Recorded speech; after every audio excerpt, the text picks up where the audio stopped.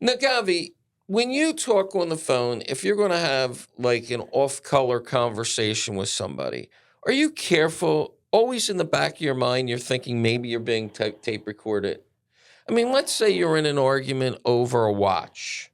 You're not going to, and you're not going to threaten anybody, or you're not going to say, I'm going to hire a lawyer. You're not going to do any of I'm that. never really in those type of situations. I'm always would be more careful of what you put in writing in a Well, you're text. selling watches to a lot of these NBA players that aren't really, nothing against the NBA. They're making a lot of money. They're young. They're maybe not so sophisticated. They're originally from the streets.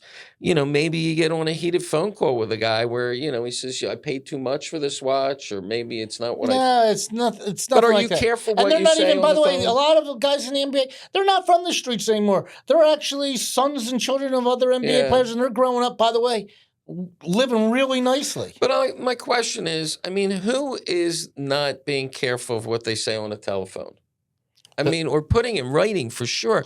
Nobody's putting anything threatening. Pete Hegseth, Donald Trump to Zelensky. Well, 4 Pete years. Hegseth thinks he's on a secure line. If I'm Secretary of Defense, I'm assuming every phone call I make is on a secure phone. Again, why do you think Benjamin Netanyahu came here? Yeah, because Donald Trump did not trust any lines. He said, "Bibi, get your butt here because we're talking about Iran. We're going to let everybody think that it's that we're talking about tariffs."